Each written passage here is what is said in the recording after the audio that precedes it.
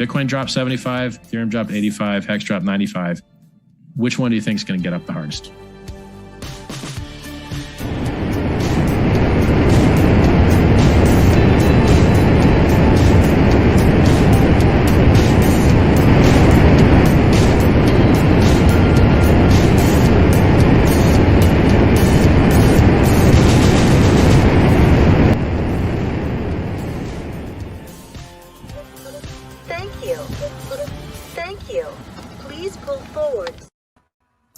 Hello, chaps and chapesses. Good morning, good afternoon, good evening, and a massive shout out to all my Australians out there watching live because it's 2 a.m. in the morning. So good morning, friends. You are either hardcore or you just had a degen weekend. And welcome to the Sunday live show, which is wealth and health, abundance principles in the crypto space and beyond. So it's usually every Sunday, 5 p.m. in the UK, 12 noon Eastern time. And we're going to go in detail through the Richest Man in Babylon. Check out in the description for free audio, free PDF, and book resources. And frankly, I think it's a good idea just to buy the book because one of the best ways to learn, neurologically, we know that we learn through touch as well as sight. And when you combine those all together, actually you maintain those principles. So I'm a huge advocate of getting stuck into the real material thing. Now, my name is Dr. H. I'm the CryptoPractor. I'm both a first principle crypto guy and a first principle chiropractic doctor. So on this channel, I provide hands-on practical edutainment and simple crypto investing strategies for beginners, for blossoming neophytes, and the next generation OGs.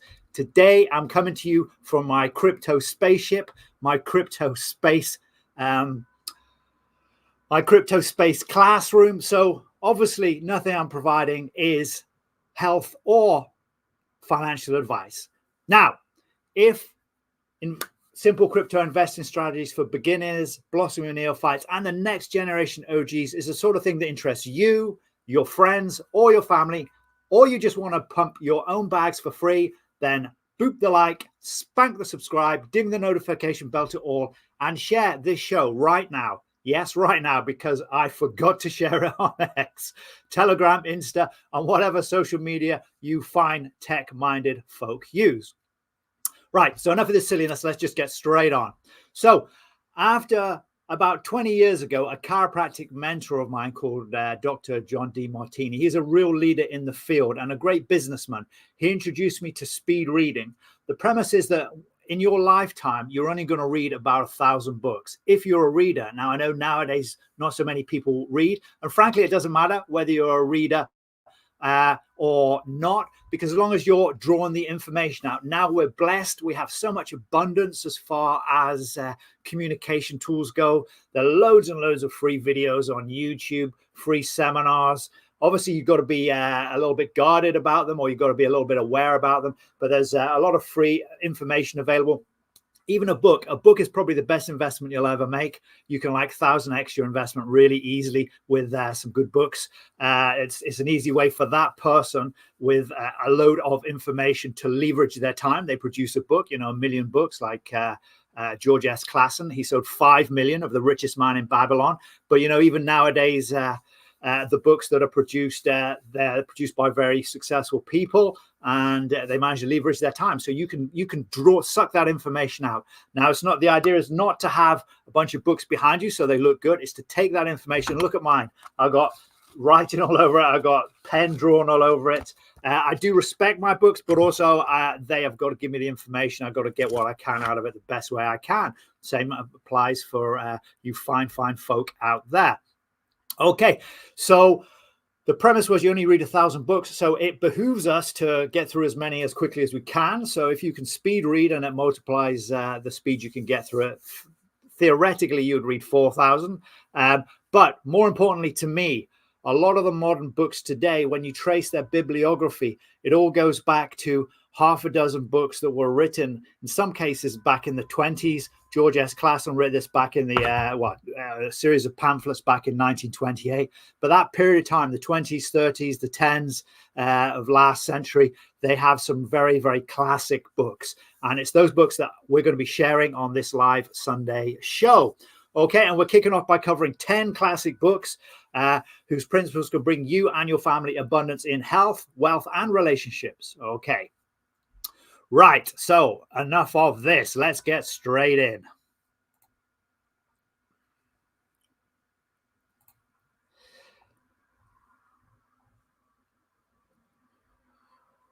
So, as I mentioned several times, this is the richest man in Babylon. Okay, and it comes from my show, this resides in a playlist on DrH-TheCryptoPractor. As I mentioned, hands-on practical edutainment, simple investing strategies for beginners, blossoming neophytes, and the next generation OGs. And this is the series. So we've already covered the first 5 chapters. Now, really simple, just go down into the description and there's links, hard links straight to those chapters. So if you want to just review them, start from one, or just want to dip into one halfway through, you can do that. And I will actually be chopping them all together into one product right at the end that you'll be able to get, you'll be able to download for free, and that'll be yours. And you can probably pull the audio from it if you like my dulcet tones, and if not, I'm sure you can AI someone else's dulcet tones onto it. Okay. Now I'm just experimenting in the background. So this is Dr. H's guarantee. So never a financial advice or health advice. Edutainment only. I try not to shill any crypto coins because I don't know anything about anything other than my core coins. I don't talk about any trading courses. That's not something that I recommend for people. And no crypto coin sponsors or affiliate links. That said, this week's show is not, I repeat, not sponsored by our Australian friend and cousin, your friend Sommi. Okay, so the reason that, again, no one is sponsored on this show, this is just purely because I like it. I like him. He works his ass off. Either him or him and a crew. They do a phenomenal job at producing quality content. I must admit, in the first couple of months of me discovering Sommi, I learned so much, especially in terms of looking at ratios of crypto coins to see which is carrying the most value, which has the most value. There's some really good information he shares. Now, for my new people, my new jellymen and ladles out there that are just getting into crypto, this perhaps isn't the best place to start. Sommi was a trader for 10 years, so there's a lot of phrases he uses that are a little more complicated if you're brand new to crypto. That said, he is absolutely hilarious. I find him very hilarious. It's pretty much my type of sense of humor. So I'd highly recommend. There is some great information there. Probably more for the blossoming neophyte and the next generation OG. So you other guys that are new, just stick with my channel. There's lots of other beginner channels as well. Crypto Coffee is another awesome one. And hopefully next week we're going to have some special guests. I'll release details of that when it actually starts to firm up. Highly recommend. And also Sommi produces 5 or 6 videos a day, 2 or 3 in long format, 2 or 3 in short format. So, and if you go back, his format gets longer and longer. So there's lots of really good information. And maybe there's a search. Someone's developed a search engine out there because he goes through a lot of stuff. So once again, this is not, repeat, not sponsored by your friend Sommi, this show. Okay. So all education provided with integrity, with minimal external bias. I try to be as neutral as possible. Obviously, I'm an emotional human being like everybody else, but and for transparency, I study hold mostly Hex, PLS, and PLSX. Right, you are, dude. So the Gold Lender of Babylon. I don't know if you recognize him. He is, one of the people that move amongst our community. For those of you not part of the Richard Heart community, welcome. Come on in. You don't need to be. This is just financial principles, which you can use in any format, anytime. Okay. 50 pieces of gold. Never before had Rodan, the Spearmaker of Old Babylon, carried so much gold in his leather wallet. Happily down the King's Highway from the palace of his most liberal majesty he strode.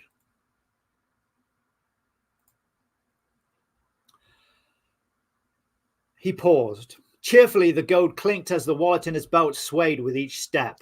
The sweetest music he had ever heard. 50 pieces of gold, all his. He could hardly realize his good fortune. What power in those clinking discs. They could purchase anything he wanted. A grand house, land, cattle, camels, horses, chariots, whatever he might desire.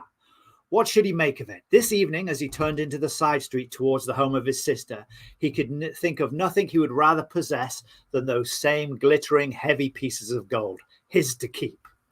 It was upon an evening, some days later, that a perplexed Rodan entered the shop of Mahon, the lender of gold and dealer in jewels and rare fabrics. Glancing neither to the right nor the left at the colourful articles artfully displayed, he passed through to the living quarters at the rear. Here he found the genteel Mahon lounging upon a rug, partaking of a meal served by a slave.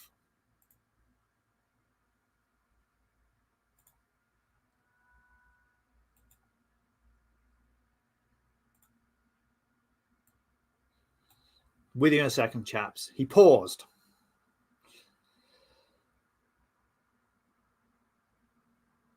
I would counsel with thee, for I know not what to do. Rodan stood solidly, feet apart, hairy breast exposed by the gaping front of his leather jacket, and the fact he had no jacket in this case.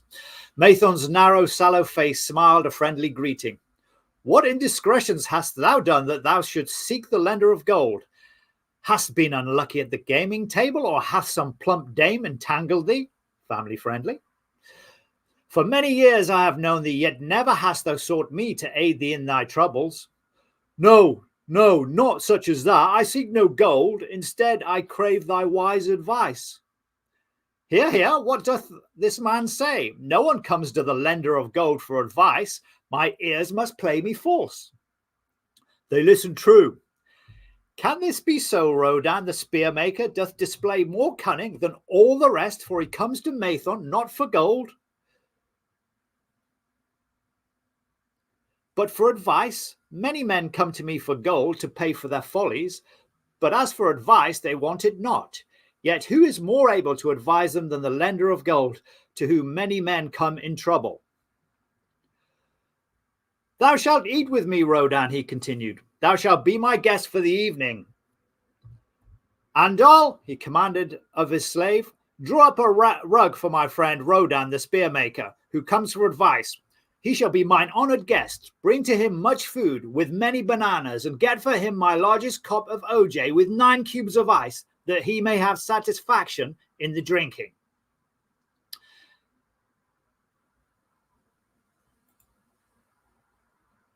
Now tell me, what aids thee? It is the king's gift. The king's gift? The king did make thee a gift, and it gives thee trouble? What manner of gift? Because he was much pleased with the design I did submit to him for a new point on the spears of the royal guard, he did present me with 50 pieces of gold, and now I am much perplexed. I am beseeched each hour the sun doth travel across the sky by those who would share it with me. That is natural. More men want gold than have it, and would wish one who comes by it easily to divide. But can you say no? Is thy will not so strong as thy fist? To many I could say no, yet sometimes it would be easier to say yes. Can one refuse to share with one's sister, to whom he is deeply devoted? Surely thine own sister would not wish to deprive thee of enjoying thy reward. But it is for the sake of Araman, her husband, whom she wishes to see a rich merchant. She does feel that he has never had a chance, and she beseeches me to loan to him this gold, that he may become a prosperous merchant and repay me from his profits. My friend, resumed Mahon, 'tis a worthy subject thou bringest to discuss. Gold bringeth unto its possessor a responsibility and a changed position with his fellow men. It bringeth fear lest he lose it or be tricked away from him. It bringeth a feeling of power and ability to do good. Likewise, it bringeth opportunities, whereby his very good intentions may bring him into difficulties. Didst ever hear of the farmer of Nineveh who could understand the language of animals? I wot not, for 'tis not the kind of tale men like to tell over the bronze caster's forge. I will tell it to thee, for thou shouldst know that to borrowing and lending there is more than the passing of gold from the hands of one to the hands of another.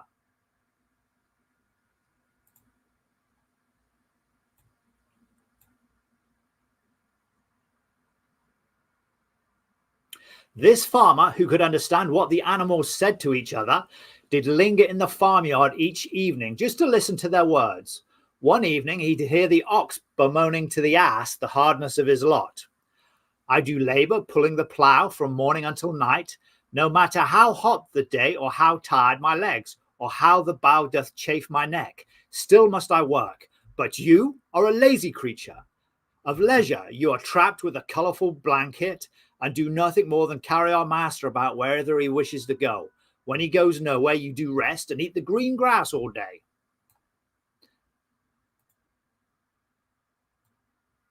Now the ass, in spite of his vicious heels, was a goodly fellow, and sympathized with the ox. My good friend, he replied, you do work very hard, and I would help you ease your lot. Therefore, I will tell you how you may have a day of rest. In the morning, when the slave comes to fetch you, just lie down on the ground. Lie down on the ground and pretend to be ill. And bellow that much, and he'll say you're sick and cannot work.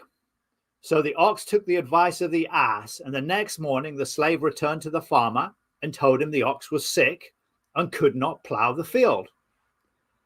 Then said the farmer, hitch the ass to the plough, for the ploughing must go on.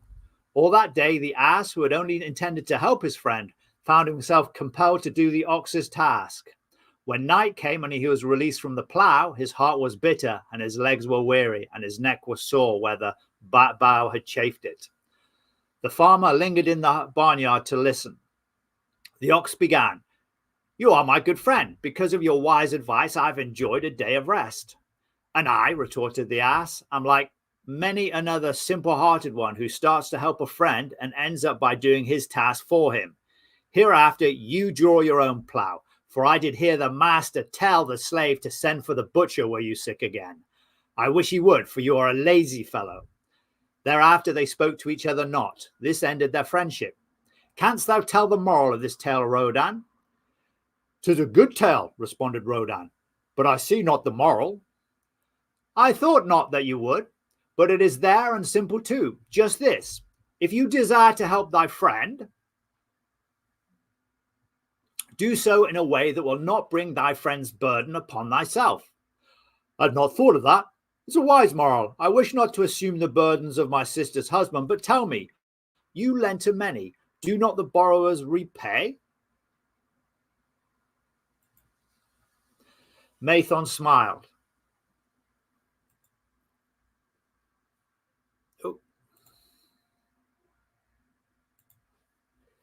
Mahon smiled, the smile of one whose soul is rich with much experience.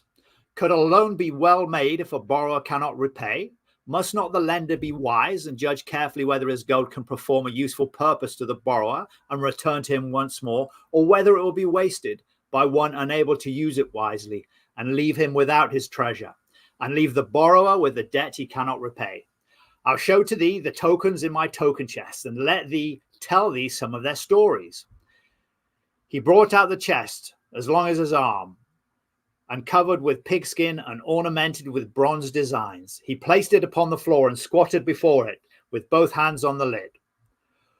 From each person to whom I lend, I do exact a token for my token chest, to remain there until my loan is repaid. When they repay, I give it back. But if they can never repay, it will always remind me of one who was not faithful to my confidence. The safest loans, my token box tells me, are to those whose possessions are of more value than the one they desire. They own lands or jewels or camels or other things which could be sold to repay the loan. Some of these tokens given to me are jewels of more value than the loan. Others are promises that if the loan be not repaid as agreed, they will deliver to me certain property settlement. On loans like these, I am assured that my gold will be returned with the rental thereon, for the loan is based on property. In another class are those who have the capacity to earn. They are such as you, who labor or serve and are paid. They have income, and if they are honest and suffer no misfortune, I know that they also can repay the gold I loan them and the rental to which I'm entitled. Such loans are based on human effort. Others are those who have neither property nor assured earning capacity. Life is hard, and there will always be some who cannot adjust. Alas, for the loans I make them, even though they be no larger than a pence, my token box may censor me in the years to come unless they be guaranteed by good friends of the borrower who know him honorable. Mahon lifted the clasp and opened the lid. Rodan leaned forward eagerly. At the top of the chest, a bronze neck piece lay upon a scarlet cloth. There was a pause.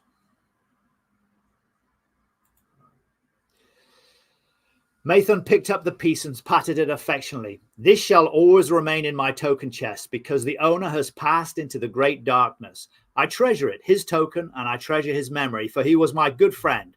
We traded together with much success until out of the east he brought a woman to wed, beautiful but not like our women, a dazzling creature. He spent his gold lavishly to gratify her desires. He came to me in distress when his gold was gone. I counseled with him. I told him I would help him to once more master his own affairs. He swore by the sign of the great bull that he would, but it was not to be. In a quarrel, she thrust a knife through his heart. He dared her to pierce. And she? Questioned Rodan.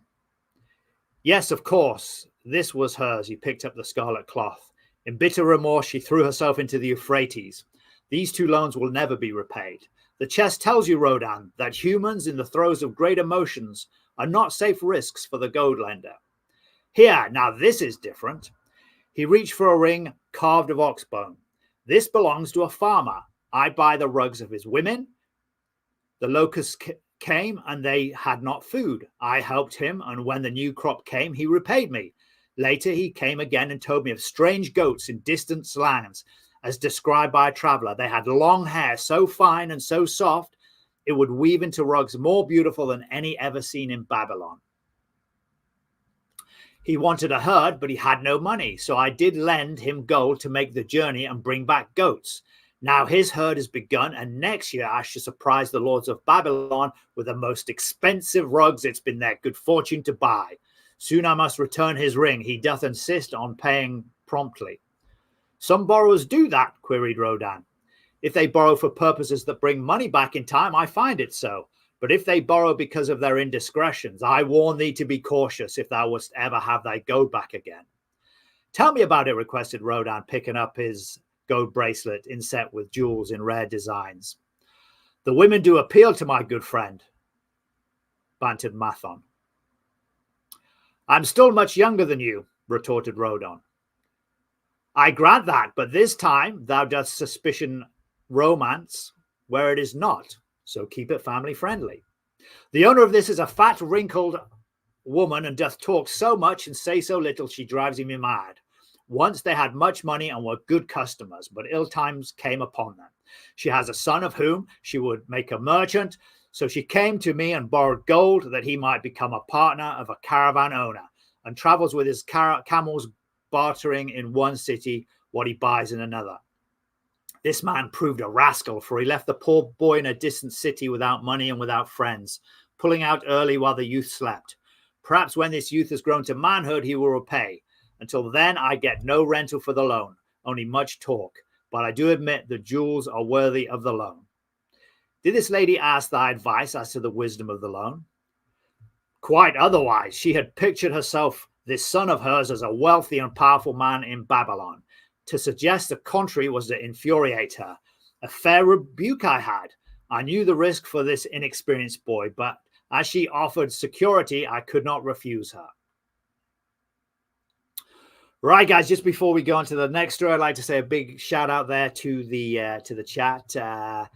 Hey, Saturian 54X, nice to see you. Will, thanks for coming around. Awesome to see you. Anyone else you want to throw some notes up there, either now or in the replay? If you have any questions, any notes, just throw them up there. It's always good to see you. And if you want to pump your bags, spread the news about the new show. This is just one of 3 shows I have on this channel. So there's this one, which is really my starter show, just so I can get used to the tech and get used to the things and get used to dealing with people. And I am starting soon, Monte Carlo or bust. So that's going to be a good one. So I'm running a live wallet. We're going to deposit $1,000 in there and see if we can buy a property in Monte Carlo. It may just be a parking space, which, by the way, are 295,000 euros for one parking space. Or we might see if we can get a 2-bedroom apartment in Monte Carlo. That's going to put us back probably 2.9 million euros. That's about $2.9 million, I think. I think it's kind of pretty close to 1-to-1. But also in that show, just for fun, I'm going to speak to some real estate agents in Monte Carlo. We'll do some checking out Monte Carlo. If anyone's out there at the casino, maybe they can do a live stream. For you guys that don't know, Monte Carlo is a massive casino. So I'm actually looking forward to doing that one. That'll be a little bit more crypto-esque. This is the Principles show on Sunday. Now, if you're interested in that, do subscribe, because that one I'll be doing ad hoc. As you guys know, I am a chiropractor. That's my main gig. I really need to focus on my business because that is the thing that brings in the money and allows me to invest in crypto or any other investments that I might be getting involved with. Okay, guys, with that, let us move on to the next story. So we just heard about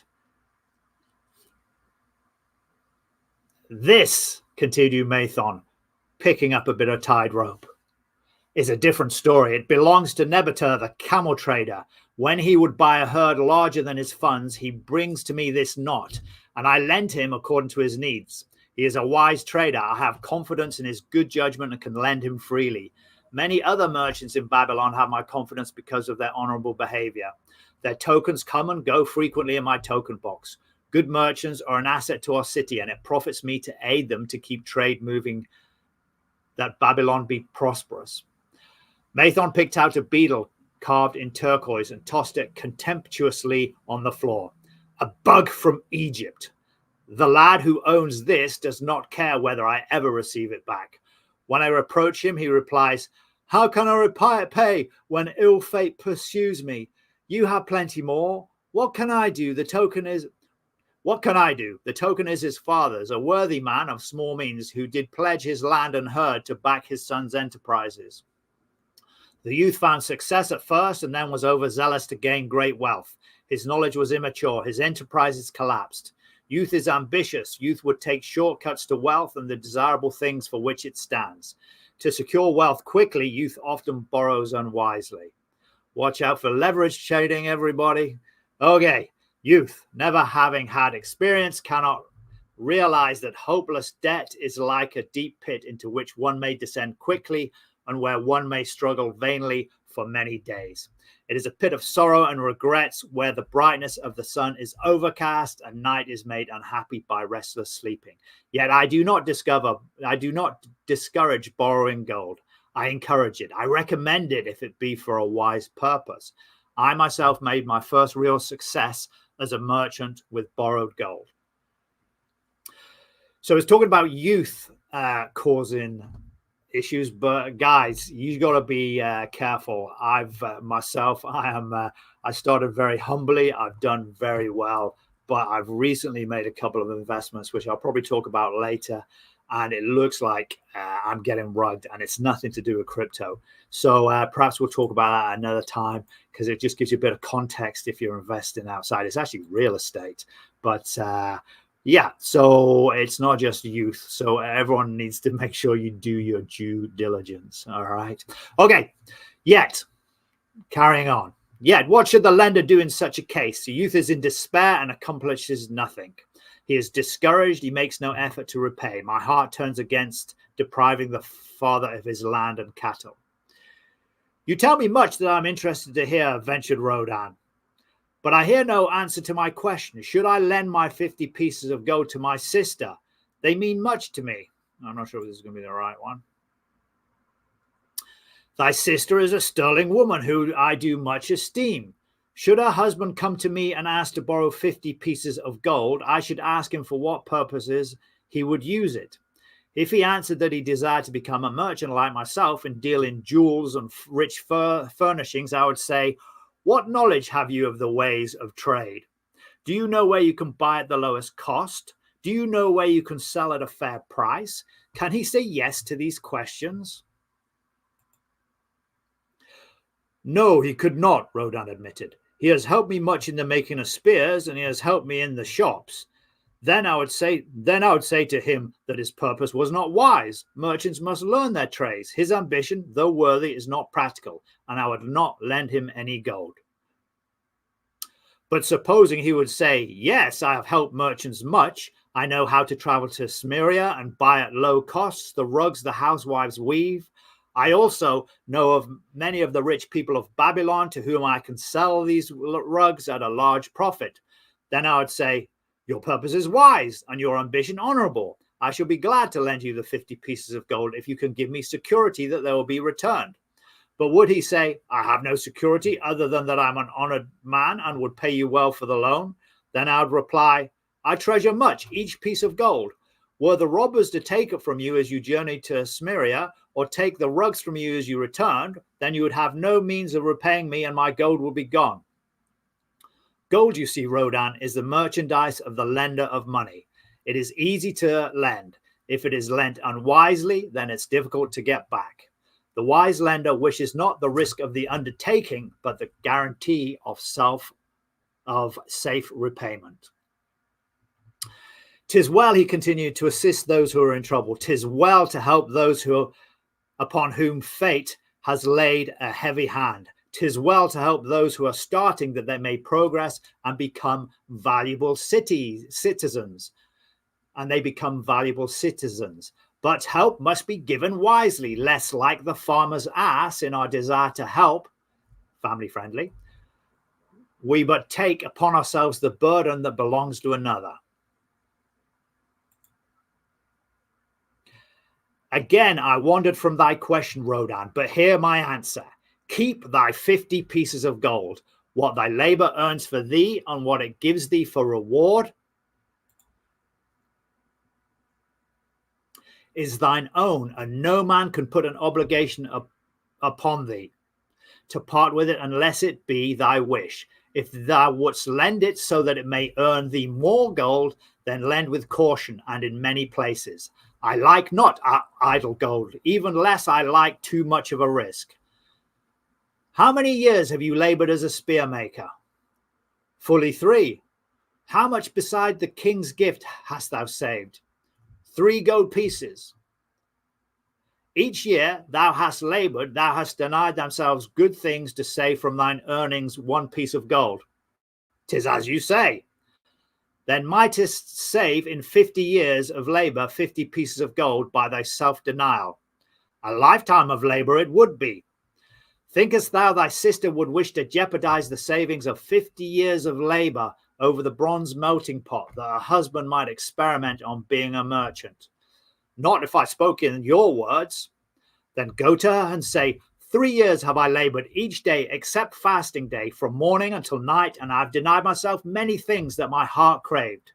For each year of labor and self-denial, I have to show 1 piece of gold. Thou art my favored sister, and I wish that thy husband may engage in business in which he will prosper greatly. If he will submit to me a plan that seems wise and possible to my friend Mahon, then will I gladly lend to him my savings of an entire year, that he may have an opportunity to prove that he can succeed. Do that, I say, and if he has within him the soul to succeed, he can prove it. If he fails, he will not owe thee more than he can hope someday to repay. I'm a gold lender because I own more gold than I can use in my own trade. I desire my surplus gold to labor for others and thereby earn more gold. I do not wish to take risk of losing my gold, for I have labored much and denied myself much to secure it. Therefore, I will no longer lend any of it where I am not confident that it's safe and will be returned to me. Neither will I lend it where I am not convinced that its earnings will be promptly paid to me. I have done thee, Rodan, a few of the secrets of my token chest. I've told to thee, Rodan, a few of the secrets of my token chest.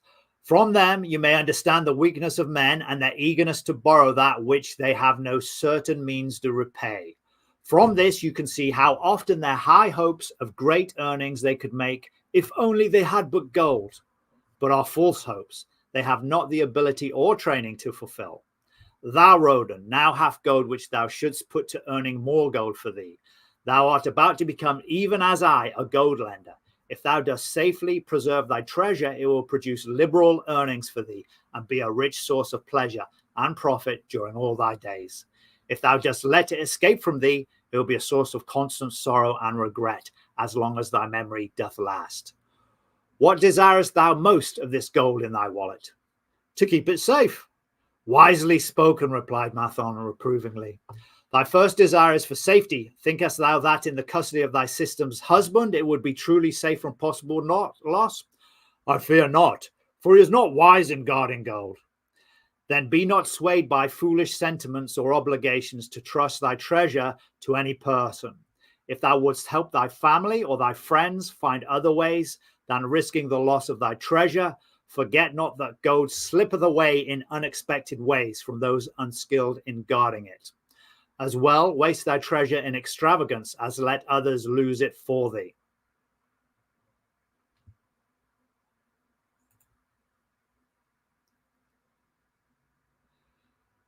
What next after safety doth desire of this treasure of thine? That it earn more gold. Again thou speakest with wisdom. It should be made to earn and grow larger. Gold, wisely lent, may even double itself with its earnings before a man like you groweth old. If you risk losing it, you risk losing all that it would earn as well. Therefore, be not swayed by the fantastic plans of impractical men who think to see ways to force thy gold to make earnings unusually large. Such plans are the creations of dreamers unskilled in the safe and dependable laws of trade. Be conservative in what thou expect if thou earn that thou mayest keep and enjoy thy treasure. To hire it out with a promise of usurious return is to invite loss. Seek to associate thyself with men and enterprises whose success is established that thy treasure may earn liberally under their skillful use and be guarded safely by their wisdom and experience. Thus mayest thou avoid the misfortunes that follow most of the sons of men to whom the gods see fit to entrust gold. When Rodan would thank him for his wise advice, he would not listen, saying, The king's gift shall teach thee much wisdom. If wouldst keep thy 50 pieces of gold, thou must be discreet indeed. Many uses will tempt thee, much advice will be spoken to thee, numerous opportunities to make large profits will be offered thee.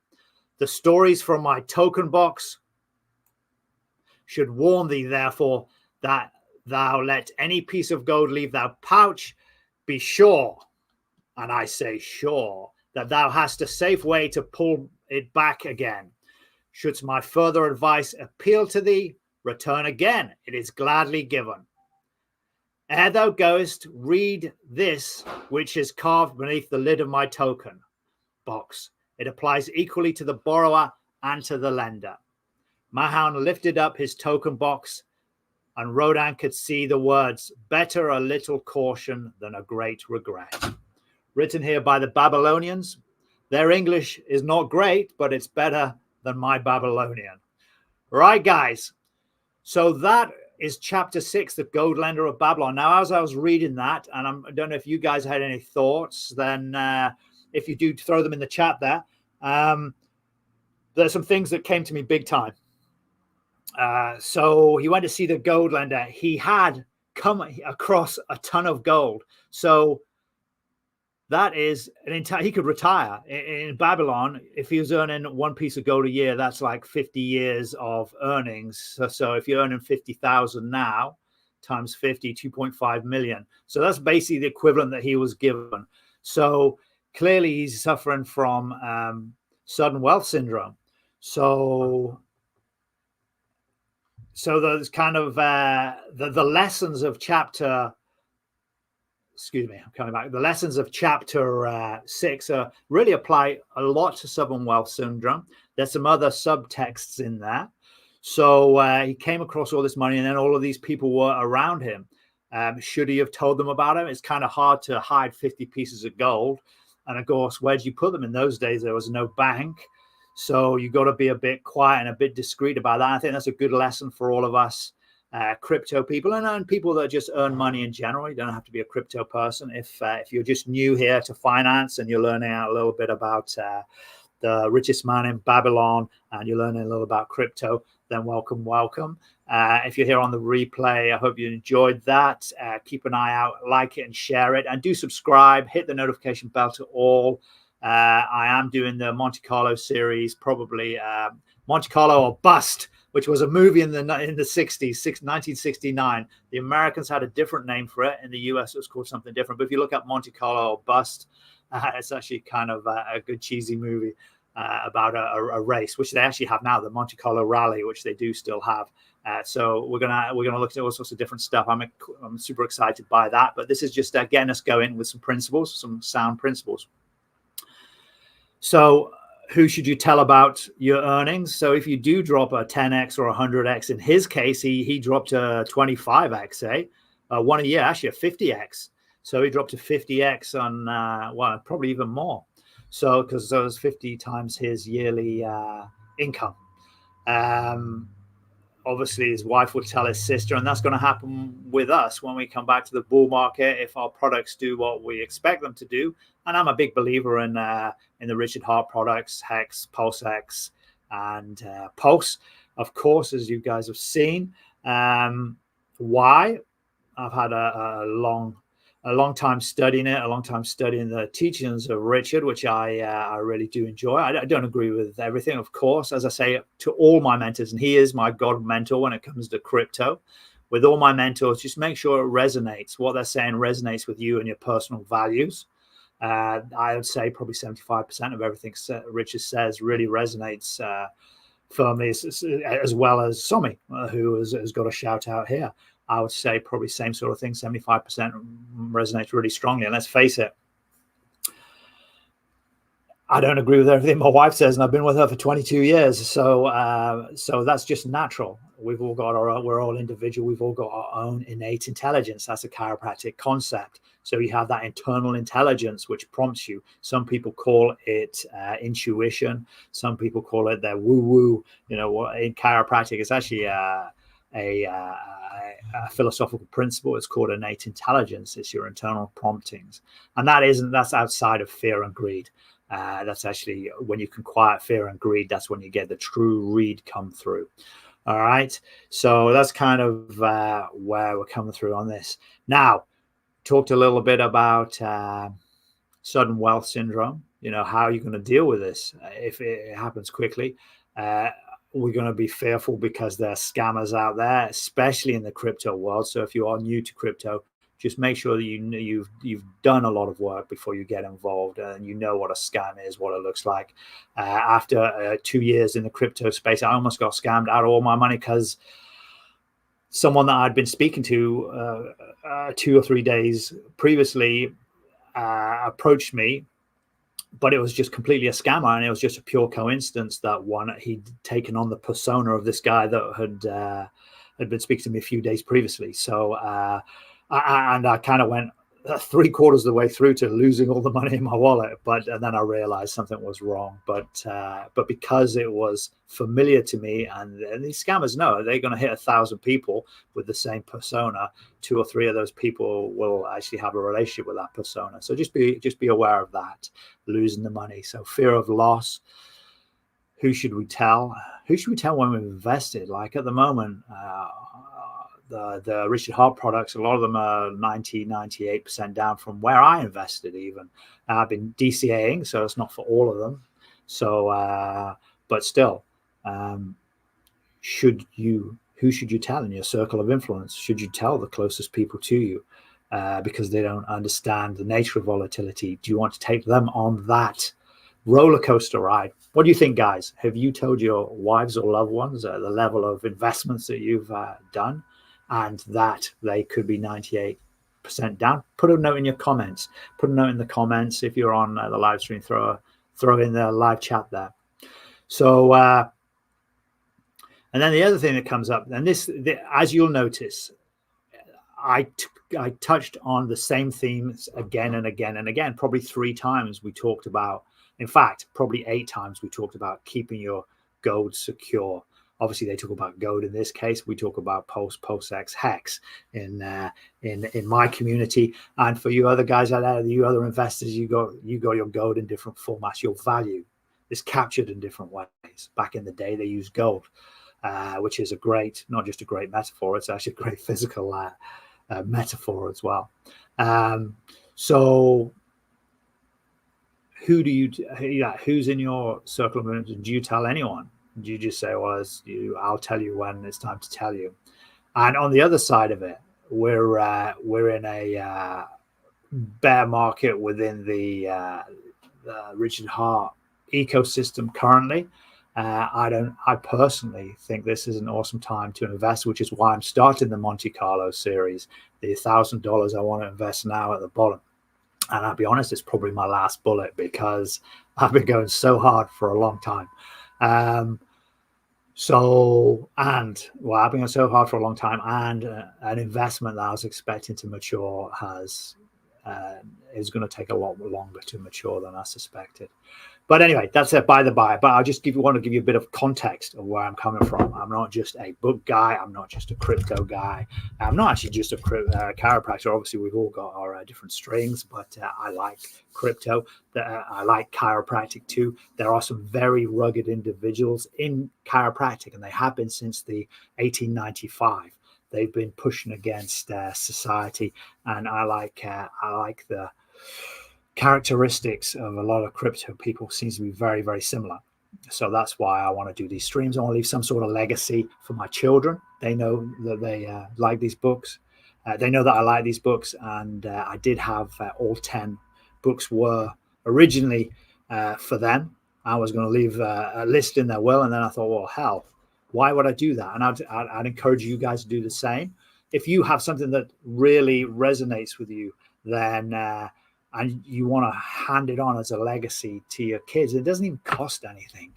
Then record it somewhere. It doesn't have to be public like this. It could even be private. You could have a private YouTube channel for them to, and for God's sake, make sure that in the event that something happens to you, which I'm sure it won't, make sure that they know how to get your crypto resources. If you get whisked away by aliens, or if you decide to go away on a cruise, or you get whisked away by aliens, or whatever, that's a nice way of saying if you die as well, you got to make sure, which is highly more likely than you getting whisked away by aliens, make sure that someone knows how to access it all. Because I don't know about you guys, I've got a house full of women. I'm not knocking them at all. They just don't like crypto. But I sit down with my girls, my younger girls, and make sure they know how to get it, and make sure they know about this channel, which is why we have 10 programs, or we have a free program for basic beginners in crypto. Okay, I've done the first 2 videos. I'll endeavor to get the other 4 done, but that is a free 6 video series, so look out for that. We've got the Monte Carlo coming. We've got this one is running for definite. Like, subscribe. I won't take any more of your time, guys. Awesome to see you. Centurion 54X, like that. Will Stevenson, awesome to see you. All the other guys, thank you for turning up. If I've missed you out, then apologies. Take care, and stay strong, stay long. And Bitcoin dropped 75, Ethereum dropped 85, Hex dropped 95. Which one do you think is going to get up the hardest?